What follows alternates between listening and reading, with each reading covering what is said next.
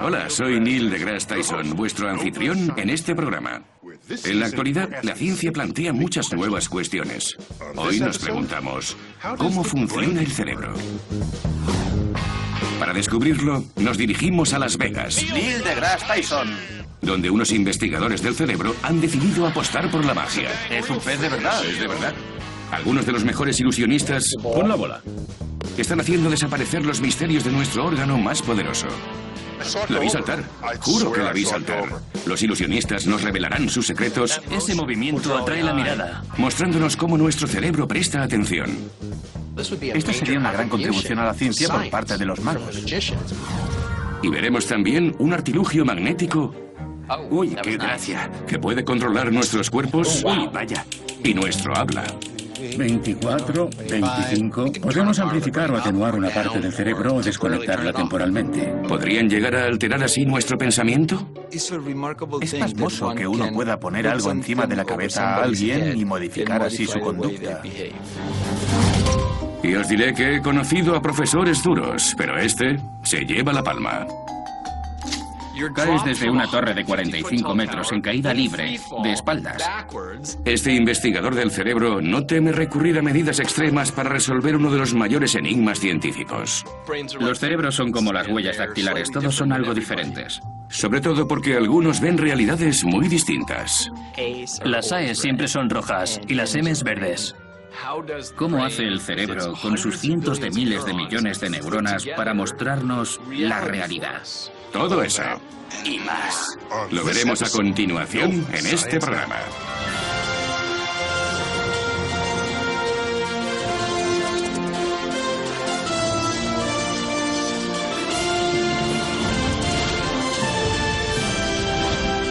¿Cómo funciona el cerebro?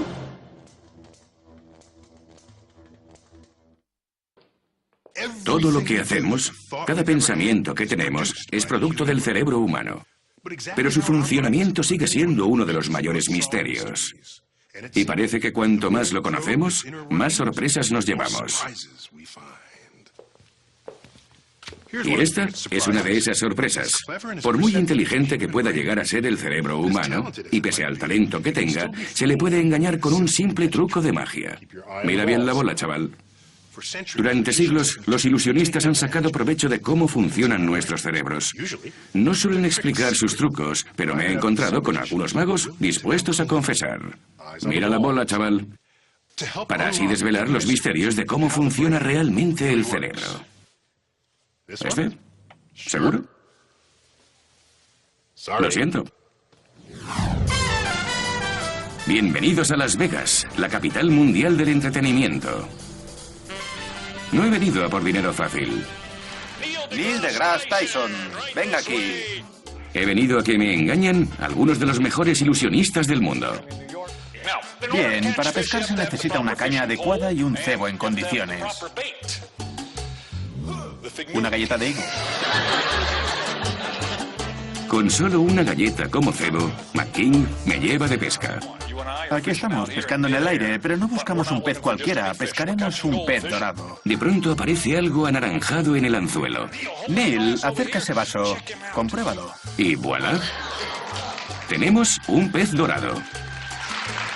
Es un pez de verdad. Es de verdad, es de verdad. La magia es un arte sofisticado, practicado por hábiles profesionales. ¿Conoces la norma en Las Vegas? Que saben bien cómo engañar a tu cerebro. Que atrapes lo que atrapes, tienes que comértelo. No, sigue ahí, sigue ahí. ¿Podrá el milenario arte de la magia arrojar alguna luz sobre cómo funciona nuestro cerebro? Con sus más de 100.000 millones de células nerviosas y sus billones de intrincadas conexiones, esa masa de tejido, tan pequeña que se puede sujetar con una mano, es capaz de contemplar el universo en toda su inmensidad. Pero se la puede engañar con un truco con monedas. Os presento a Apollo Robbins, conocido en el mundo del espectáculo como Apolo, el ladrón caballero. Hace algunos años, Apolo avergonzó a los agentes del servicio secreto de Jimmy Carter, robándoles las carteras durante una visita a Las Vegas. Hoy Apolo ha accedido a contarme algunos de sus secretos. Primero, me muestra un movimiento especial para distraer a sus víctimas al robarles.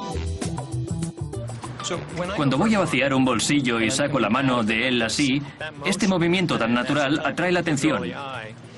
¿Miraré esa mano saliendo de mi bolsillo? Sí. ¿Aunque solo sea un señuelo? Ajá. Así tengo tiempo de actuar con la otra mano. Según Apolo, este movimiento curvo es lo que aparta mi atención de lo que esté haciendo. Robarme algo del bolsillo o hacer que una moneda desaparezca.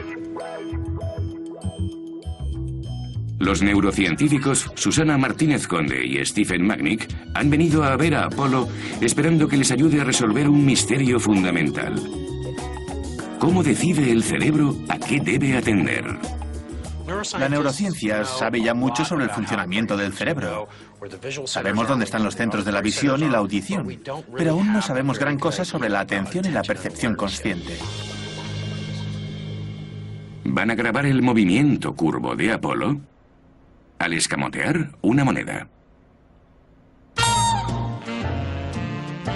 De vuelta a su laboratorio, unos sujetos de experimentación van a ver el vídeo mientras llevan puestas unas diminutas cámaras dirigidas hacia sus ojos. Medimos la posición del ojo entre 500 y 1000 veces por segundo y analizamos hacia dónde miran los ojos en cada momento, comparándolo con lo que aparece en la pantalla. Se constata que los ojos siguen el movimiento de la mano de Apolo, tal como él dijo. Voy a mover el dedo índice de izquierda a derecha y voy a seguirlo con la mirada. Lo que están haciendo ahora mis ojos es un seguimiento ocular lento. El seguimiento lento permite seguir un blanco en movimiento. La visión es una tarea conjunta de los ojos y el cerebro. Cuando nuestros ojos ven un objeto, la luz reflejada por su superficie llega a la retina, donde se transforma en señales nerviosas. Estas señales van a una parte del cerebro dedicada a la visión. Ahí se empieza a formar una imagen. Pero no prestamos atención a todo lo que miramos. ¿Cómo controla el cerebro en qué fijarnos y en qué no? Gracias a otro estudio, Susana y Stephen, en colaboración con José Manuel Alonso, han descubierto que cuando nuestros ojos siguen algo como el movimiento curvo de Apolo, intervienen más de un tipo de células cerebrales. Uno de esos tipos de células detecta el movimiento,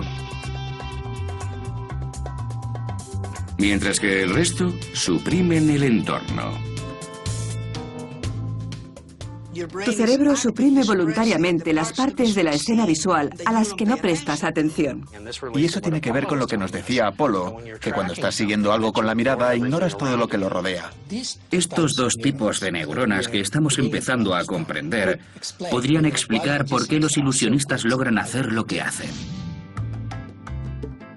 En otro truco, creo ver una moneda volando por el aire, pero no llega a caer nunca. ¡Qué bueno! Ves la moneda, su brillo por el aire. Ves el destello de luz. Lo veo.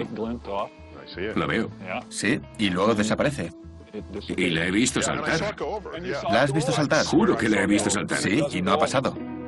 Estoy seguro de haber visto a Mac lanzar la moneda, porque he visto algo que no ha ocurrido.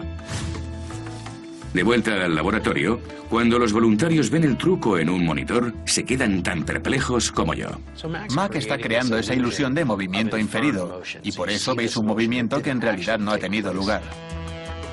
Resulta que nuestro cerebro es quizá demasiado sensible al movimiento. Es un mecanismo de supervivencia. Esa detección de movimiento es una función cerebral muy útil. ¿Es útil ver un movimiento que no ha ocurrido? Sí, asumes ese hecho para asegurarte, por ejemplo, de no ser golpeado por una lanza que te llegue por un lado. Mejor creer que un tigre se mueve entre los matorrales y equivocarse Sí. que no verlo y ser devorado. Sí, exacto. Pero a veces, ni siquiera los ilusionistas más hábiles, como los mundialmente célebres Penn y Teller, saben con certeza por qué funciona un truco. Penn y Teller llevan más de 25 años haciendo trucos. Penn es el parlanchín impenitente y Teller su socio silencioso. Esta vez son los ilusionistas quienes piden a los neurocientíficos que expliquen un truco. Es el truco de los trileros, en el que unas bolitas aparecen y desaparecen en unos vasos. Coges la bola, nos la pones en la mano, la hacemos desaparecer y aparece bajo el vaso. Esta es una versión de Teller algo distinta. Coge la bola, se la pone en la mano y levanta el vaso, y aún así aparece la bola. Coges la bola central, la pones bajo el vaso central, quitamos las bolas de los lados que ya no necesitamos y tenemos 3 bolas aquí debajo. Y las reagrupamos así, en una bola gigante bajo el vaso central, una bola aún más grande a los lados, y para acabar, una pelota de béisbol ahí. La cabeza me da vueltas. Sorprendentemente, el truco funciona aún con vasos transparentes. Es nuestra versión fácil de seguir de este truco. Teller ha pedido a Susana y Stephen que expliquen una parte del truco. Tiene tal curiosidad que ha aceptado darnos una entrevista siempre que no le mostremos hablando. Lo que quiero que estudien Susana y Steve es ese movimiento tan elemental, cuando la bola está sobre el vaso y la tiro, mientras meto a escondidas la otra bola. Teller quiere saber por qué no le vemos meter otra bola debajo del vaso. Según él, se notaría. Los neurocientíficos le graban haciendo ese movimiento y se lo muestran a sus voluntarios. Luego les muestran otra versión del vídeo con la cara de Teller tapada. Y se produce una gran diferencia. Igual que con el movimiento curvo de la mano en el truco de la moneda, la cara del ilusionista atrae tu atención lo suficiente como para distraerte y que no veas lo que pasa. Aunque pienses que estás mirando a las bolas todo el rato, lo cierto es que la cara de Teller puede apartar tu atención de las bolas escondidas en los vasos. La magia es una especie de malabarismo cognitivo. El vaso central, estas bolas a los lados. Resulta muy divertido asistir a un espectáculo de magia con intención de ejecutar tu habilidad para discernir entre lo real y lo ilusorio y que falles. Es como un terreno de juego maravilloso en el que puedes relajarte y decir, tío, qué difícil es entender el mundo.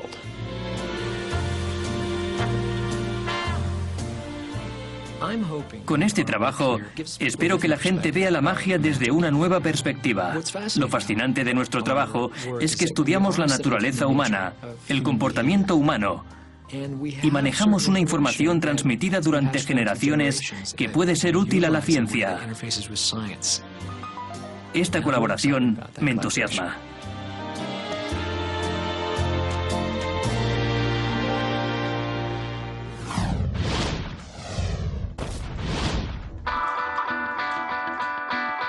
Conozcamos ahora a Alex y Vin. Alex, 26 años. Vin, 48 años. Vamos a ver a Vin preguntando a los transeúntes cómo llegar a algún sitio. Perdone, estoy buscando la vista panorámica. Fijaos bien, Vin va a ser sustituido por Alex. Es justo aquí, a la vuelta. Cuidado. Sigues recto y es en esta primera calle. ¿No se ha dado cuenta? Perdone. Ni tampoco esta señora. Cuidado. La mitad de quienes intervinieron no notaron el cambio. Muy amable. Cuidado. Este fenómeno se conoce como ceguera al cambio. ¿Por qué ocurre?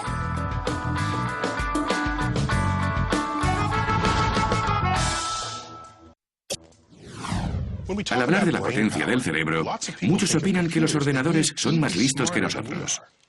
Y sin duda nos llevan ventaja en algunas tareas. Reina alfil 6. Han demostrado ser formidables jugadores de ajedrez. De hecho, han derrotado a los más importantes campeones humanos.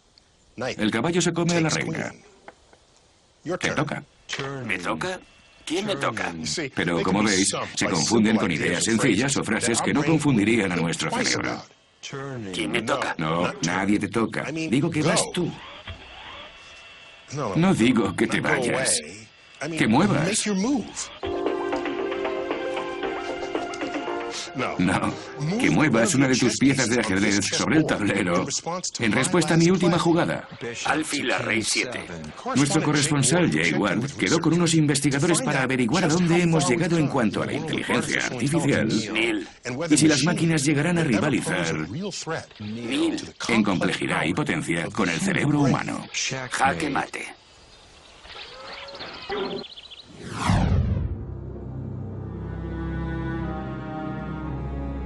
Es una de las ideas más interesantes de la ciencia ficción.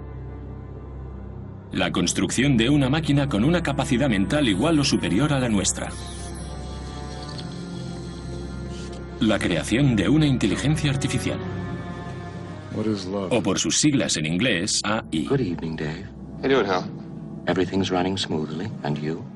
La inteligencia artificial intenta que los ordenadores y robots hagan cosas que, cuando las hacemos nosotros, decidimos que no se definen como seres humanos. Pero como todo el mundo sabe, en el cine la inteligencia artificial tiende a ir muy mal. ¿Ocurriría lo mismo en la vida real?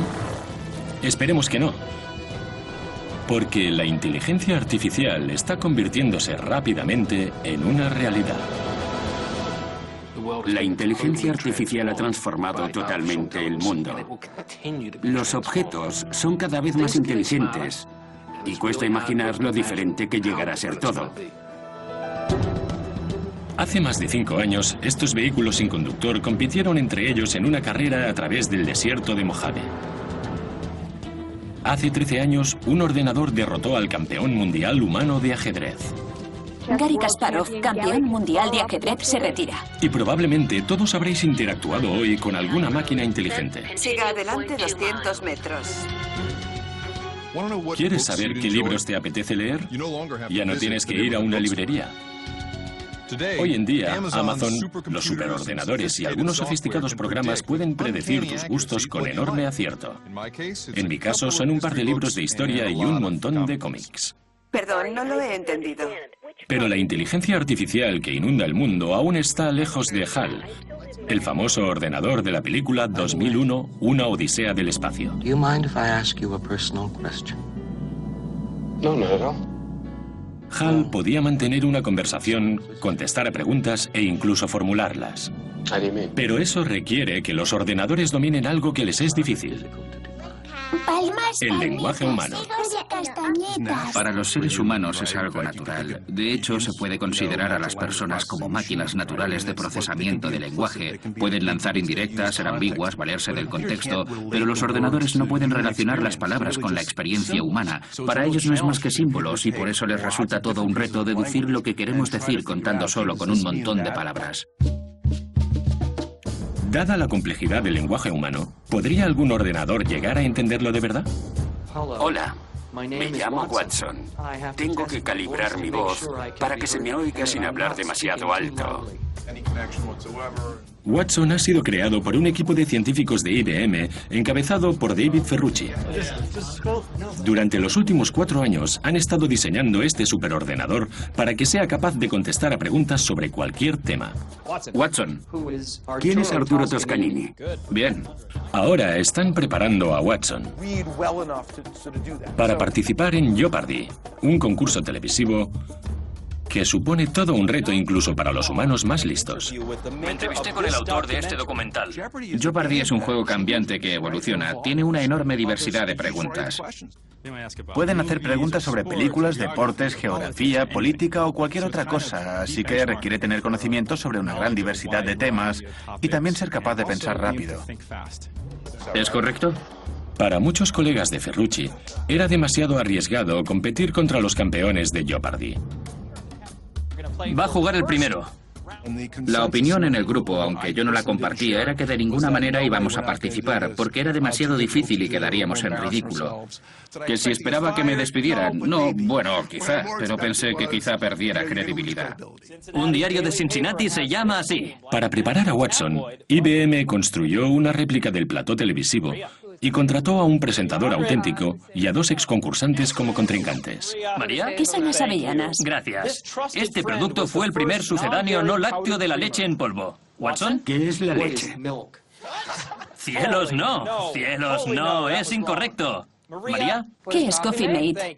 Gracias. La primera vez que vimos competir a Watson fue duro, tuvimos problemas, pero estamos aprendiendo mucho sobre cómo hacer que Watson entienda mejor el lenguaje en diferentes contextos, que entienda que en un contexto dado una palabra significa una cosa y en otro otra. Una prenda usada por un niño, quizá a bordo de un barco de opereta.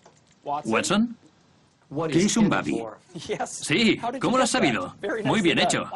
Para entender el reto que esto supone para una máquina, pensad con quién se enfrenta Watson. Nada menos que con el cerebro humano, capaz de almacenar aproximadamente 1 millón de gigabytes de información. En comparación, la información contenida en Internet es solo 4 veces y media mayor. Pero Watson no está conectado a Internet, sino que está repleto de millones de archivos, antologías, diccionarios, enciclopedias. Pero toda esa información nunca sería suficiente, porque acumular datos solo resuelve la mitad del reto. Aquí no solo importan los conocimientos, sino también el lenguaje. ¿Watson? ¿Qué es Smallville?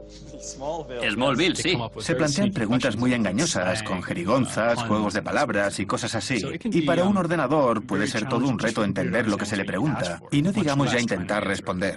No podíamos definir unas reglas que se aplicasen a cualquier combinación de palabras, frases y contextos de cada posible pregunta o tema que se plantease en el concurso. Más aún, a mi modo de ver, esa no es la forma correcta de enfocar la inteligencia artificial. En vez de eso, se ha enseñado a Watson a computar similitudes, analizando miles de ejemplos en un número limitado de fuentes. En un cuadro de El Sodoma, este santo mata a un dragón con una lanza parecida a un bastón de caramelo. Watson. ¿Quién es San Jorge?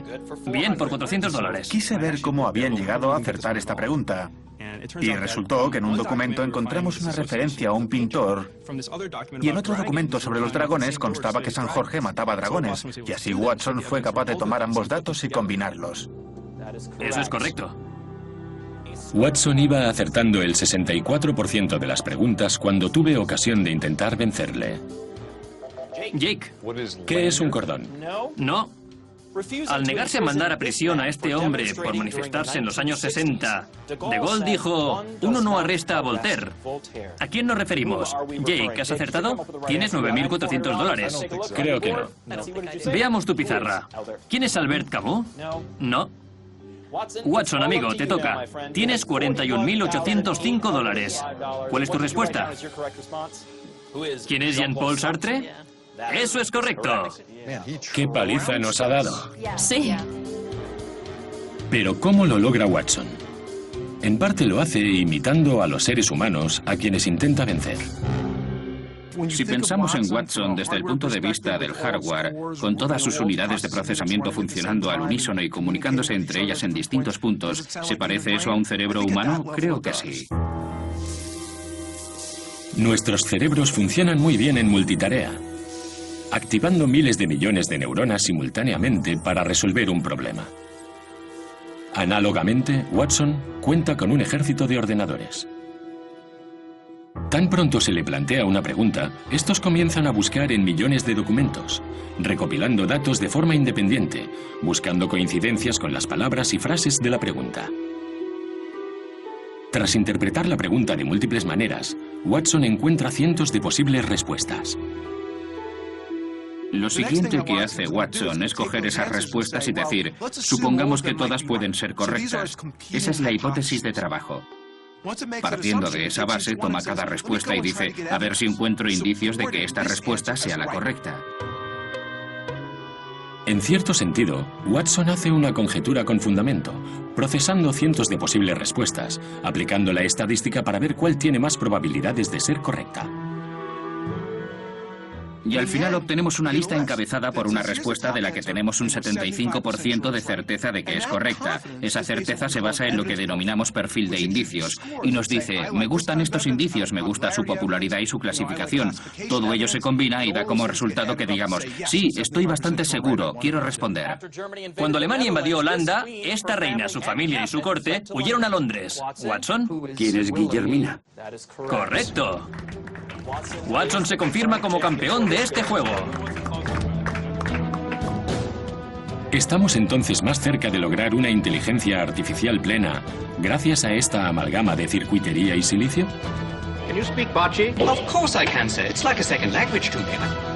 Sorprendentemente, hasta Ferrucci opina que estamos lejos de alcanzar esa meta.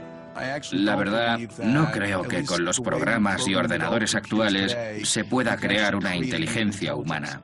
Para mí la cuestión no es lo inteligente que sea un ordenador o lo listo que sea un robot, sino cómo se desenvuelven en el mundo real haciendo cosas que nos interese que hagan y que sean totalmente interactivos.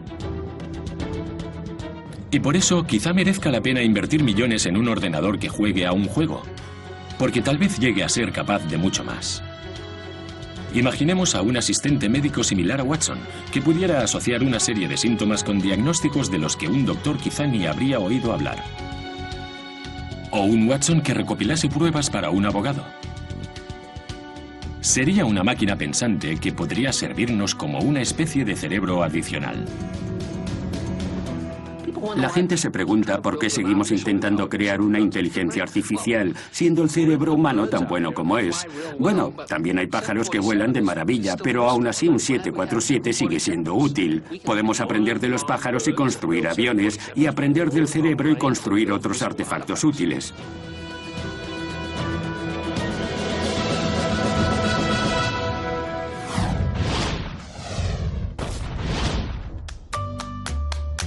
Conozcamos ahora al tatarabuelo de Watson,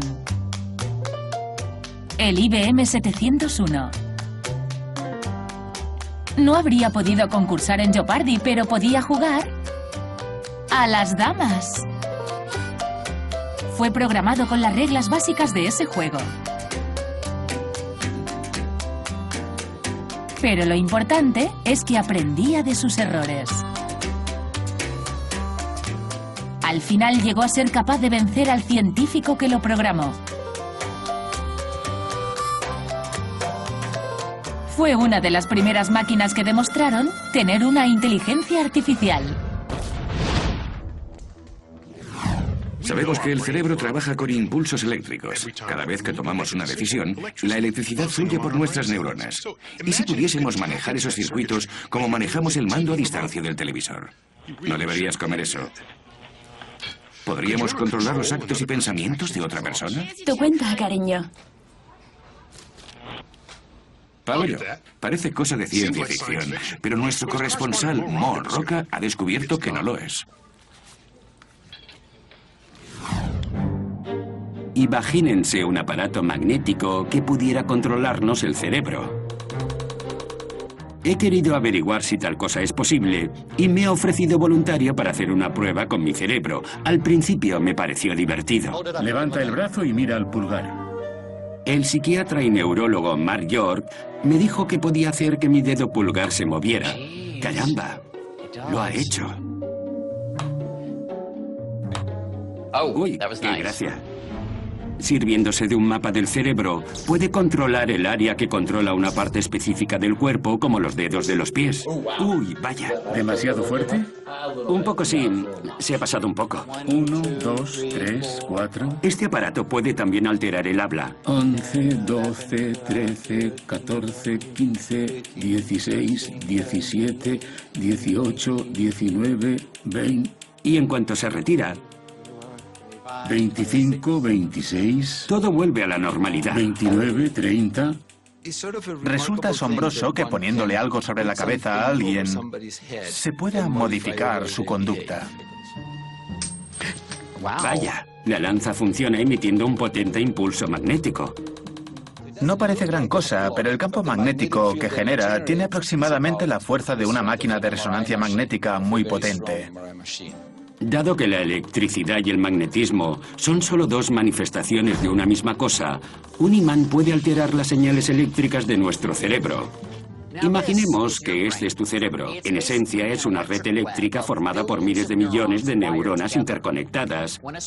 Cuando un impulso magnético fuerte incide sobre esas neuronas, altera su corriente eléctrica. Eso se denomina estimulación magnética transcraneana y sus siglas en inglés son TMS. El cerebro funciona con electricidad.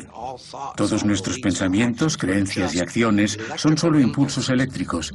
Y por eso con la estimulación magnética podemos influir en la corriente del cerebro de forma local y no invasiva. Cuanto más fuerte sea el impulso magnético, más profundizará en el cerebro. Y ajustando el patrón de impulso se puede cambiar el modo en que funciona esa parte del cerebro. Podemos amplificar o atenuar una parte del cerebro o desconectarla temporalmente.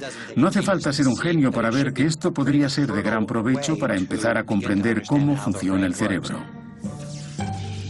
El Dr. George quería desvelar el misterio de cómo el cerebro procesa el dolor. Por ejemplo, cuando los corredores de maratón se lesionan durante una carrera, puede que ni lo noten. ¿Qué ocurre en sus cerebros para que se bloquee ese dolor? Es muy común que si uno está compitiendo en un gran acontecimiento deportivo y se tuerce un tobillo, no siente ese dolor hasta que la competición termine. Cuando te lesionas el tobillo, las señales de dolor van por el sistema nervioso hacia el córtex sensorial. Pero los investigadores sospechaban que en la percepción del dolor también interviene el córtex prefrontal, el área pensante del cerebro. El Dr. George comprobó si esto era así usando la estimulación magnética transcraneana con 40 voluntarios que iban a someterse a cirugía gástrica. Decidimos aprovechar la primera oportunidad que tuviéramos, es decir, nada más salieran del quirófano, para aplicarles una sesión de 20 minutos de estimulación magnética y luego paramos.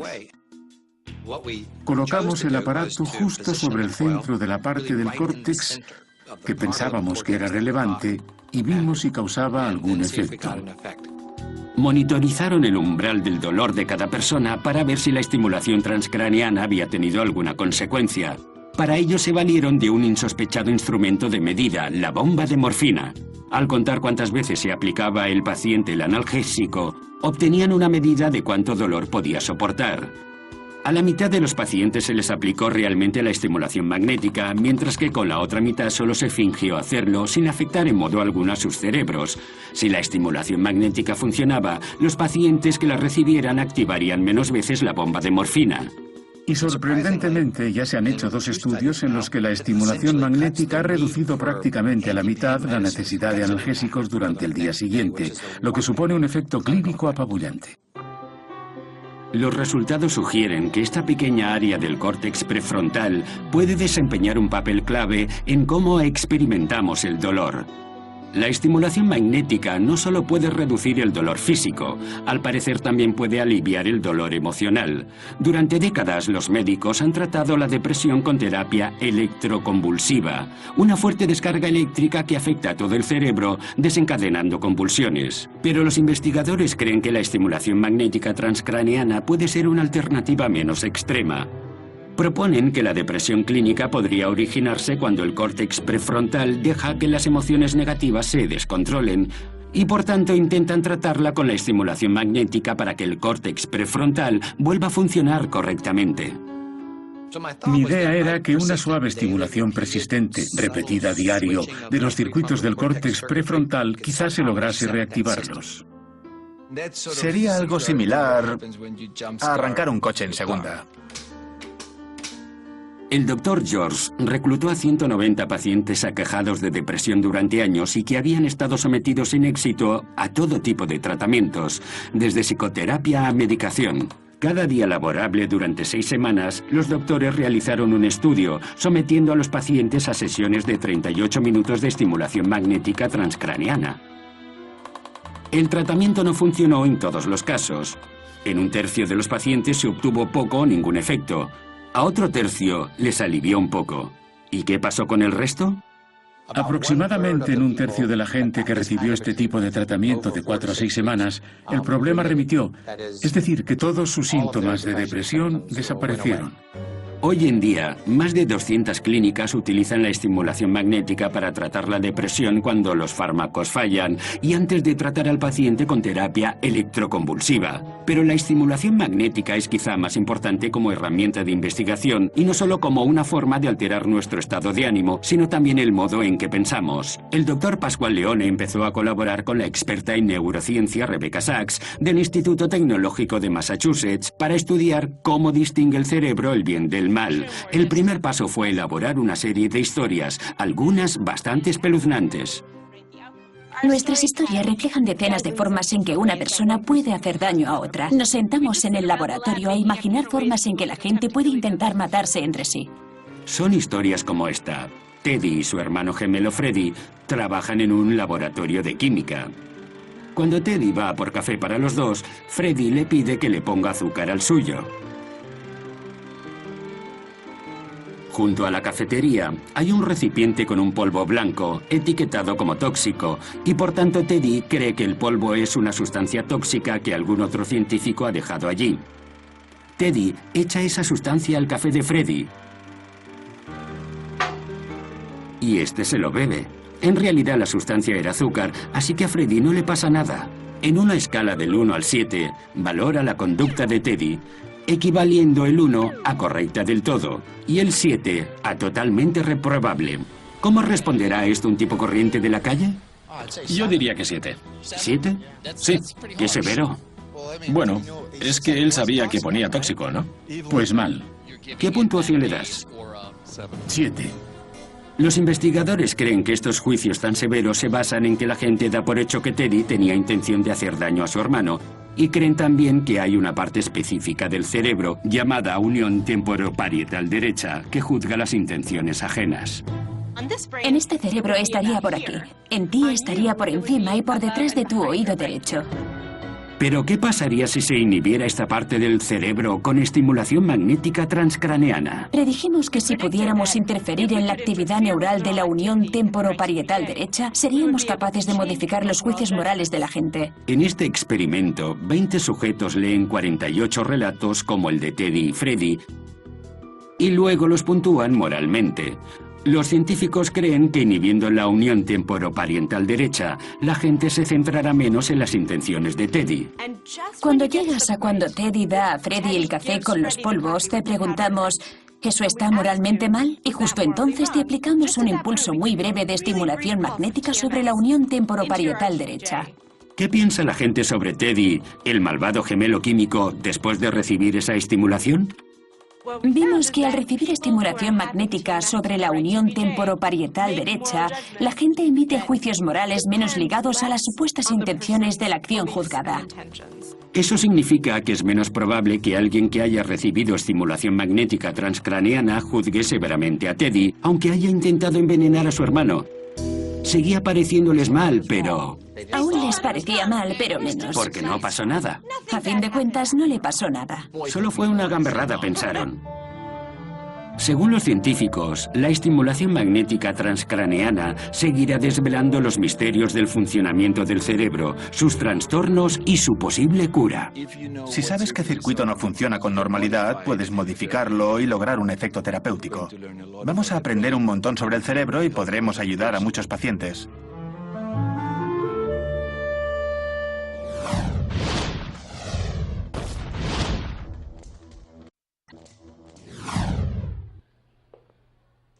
Dos personas que observen una misma cosa pueden verla de formas distintas. Cuando yo miro este cuadro, veo la nebulosa del águila en la constelación de Serpens. Su hocico, sus ojos, el pelo. Yo veo a mi caniche Taffy. ¿A qué se debe eso? ¿Por qué a veces nuestros cerebros interpretan lo que experimentamos de modo tan distinto? El hocico, las orejas. Vamos a conocer ahora a un neurocientífico que está encontrando a gente cuyos cerebros ven el mundo de un modo asombrosamente distinto. Es Taffy, o como lo vemos los demás, una nebulosa. Estos hombres han venido a esta torre para tirarse en caída libre, sin ningún alambre, desde arriba. ¿Parece una locura? Para el neurocientífico David Eagleman es solo un día más de trabajo. Se dedica a entender cómo funcionan nuestros cerebros. Nuestros cerebros viven encerrados a oscuras y en silencio dentro del cráneo. ¿Cómo logra el cerebro, con sus miles de millones de neuronas, mostrarnos la realidad? David entiende la ciencia como una actividad creativa que va desde colarse en una boda para tomar muestras de ADN a estudiar a gente que ve el mundo teñido de extraños colores. El número 9 es de un rosa chillón. Vemos el mundo de un modo distinto. O tirar a gente desde sitios altísimos.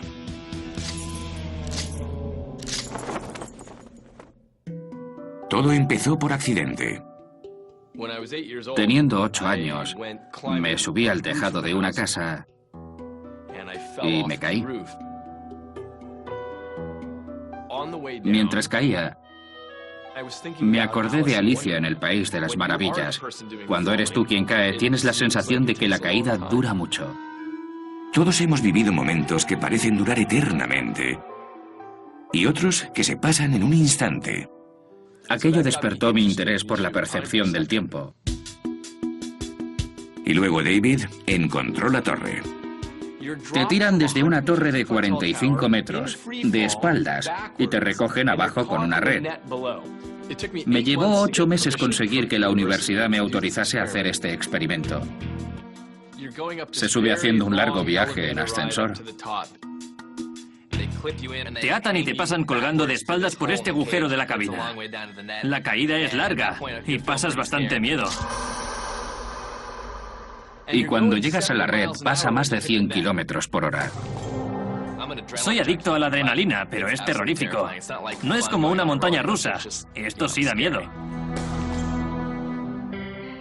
¿Y la caída da tanto miedo como para alterar la percepción temporal? Cuando recuerdan su propia caída, la gente cree que duró mucho más. Al soltarte, te quedas en blanco. Sí que obtuvimos una distorsión de su duración. Ahora la cuestión era si lo vieron todo a cámara lenta durante la caída.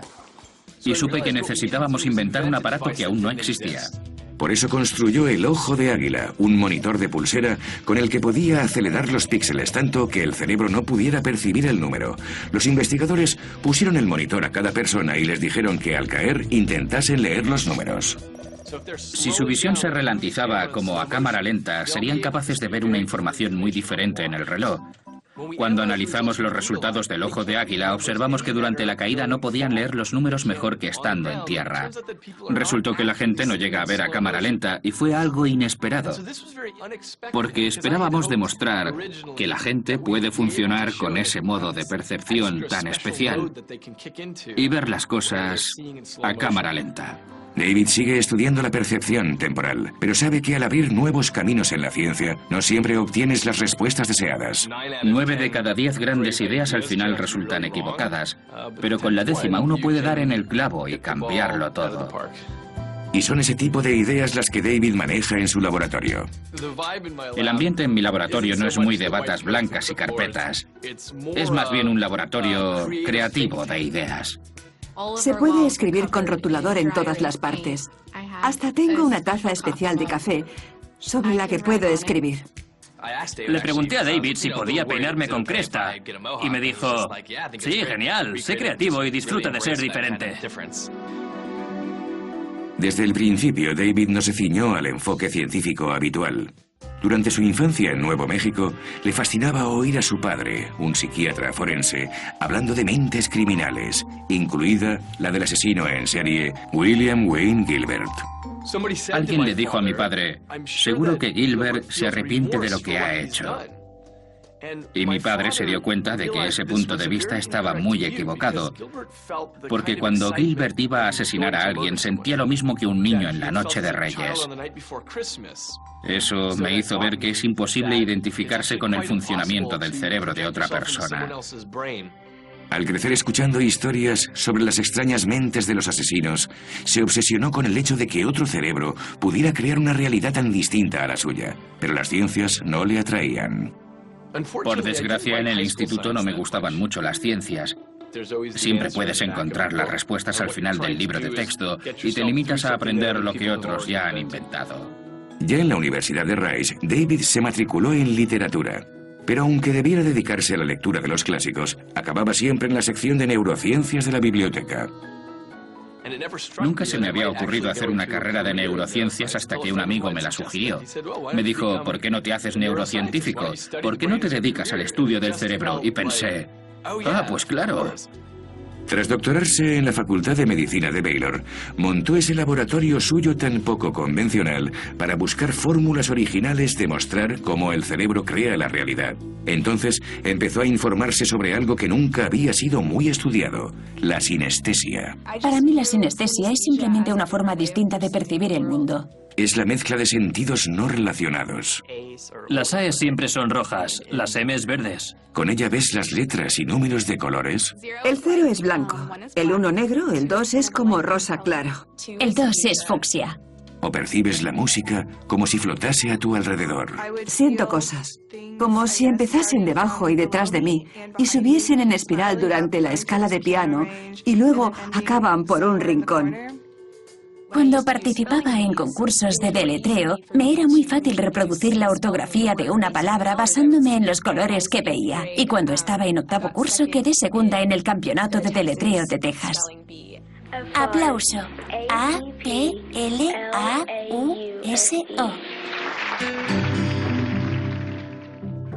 La mayoría de los escritos sobre este tema se referían a un solo sujeto.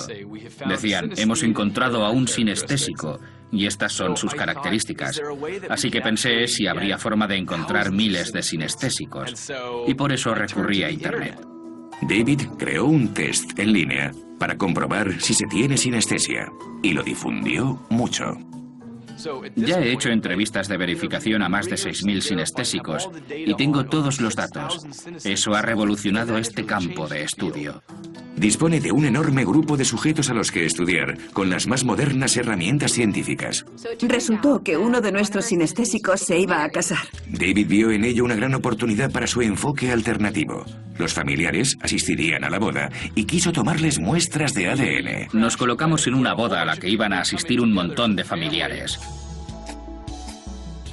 Nos presentamos allí e hicimos que todos aportasen muestras de saliva. Y nos marchamos. Fue genial obtener tantos datos de una sola vez. A continuación, David quería echar un vistazo a los cerebros de los sinestésicos y ver cómo funcionaban. Metemos a alguien con sinestesia en la máquina de imagen por resonancia magnética funcional. Luego le mostramos un vídeo de Barrio Sésamo. Lo ponemos en blanco y negro, sin ningún color, pero aparecen un montón de letras y números. La resonancia magnética funcional da a David un mapa de las partes activas del cerebro. Al contemplar el vídeo, los sinestésicos vieron algo muy distinto a lo que vemos otros. Aunque los dibujos eran en blanco y negro, yo percibía los números en color. ¿Y qué indicaban las imágenes de la resonancia magnética funcional? Encontramos que al parecer las áreas cerebrales relativas a las letras y los números están junto a las involucradas en la percepción de colores, texturas y formas espaciales. Lo observado por David apoya la idea de que existe una especie de diálogo cruzado entre dos partes del cerebro adyacentes, pero no relacionadas. Parece que en la sinestesia hay algo de eso. La actividad en un área hace surgir la actividad en un área vecina. Y eso nos llevó a entender de una forma nueva lo que ocurre en la sinestesia. Con cada experimento, David va entendiendo mejor cómo pequeños cambios en nuestro cerebro alteran profundamente nuestras realidades. Resulta que las realidades de la gente pueden ser muy distintas. El cerebro del propio David le ha ayudado a abrir un nuevo camino lleno de aciertos y tropiezos que está cambiando la idea que tenemos de nuestro órgano más importante. Los cerebros son como las huellas dactilares, todos son diferentes. Por eso mi mente puede ser muy distinta a la de otro. Y estudiar unos cerebros tan infrecuentes le ha ayudado a entender lo diferentes que pueden ser nuestras realidades. Somos distintos a muchos niveles. Hasta el modo en que vemos el mundo varía de una persona a otra. No sé cómo sería manejar números que no tuviesen color. Imagino que sería una forma aburridísima y monótona de experimentarlos.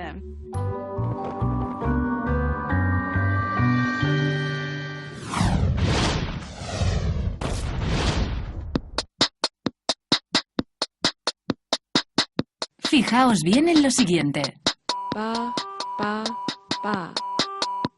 ¿Qué ha dicho? Repitámoslo. Da, ¿seguro? Ahora cerrad los ojos. No miréis. Va, sí. ¿Por qué sonaba distinto? Hemos usado la imagen en la que decía ga, con el sonido de cuando decía va. Al juntar ambas cosas pareció que decía ba.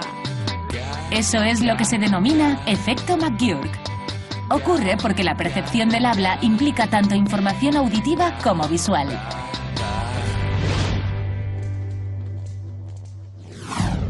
Y ahora, una reflexión final sobre cómo funciona nuestro cerebro. Siempre hablamos maravillas sobre nuestro cerebro, pero sin duda se debe a que es el nuestro.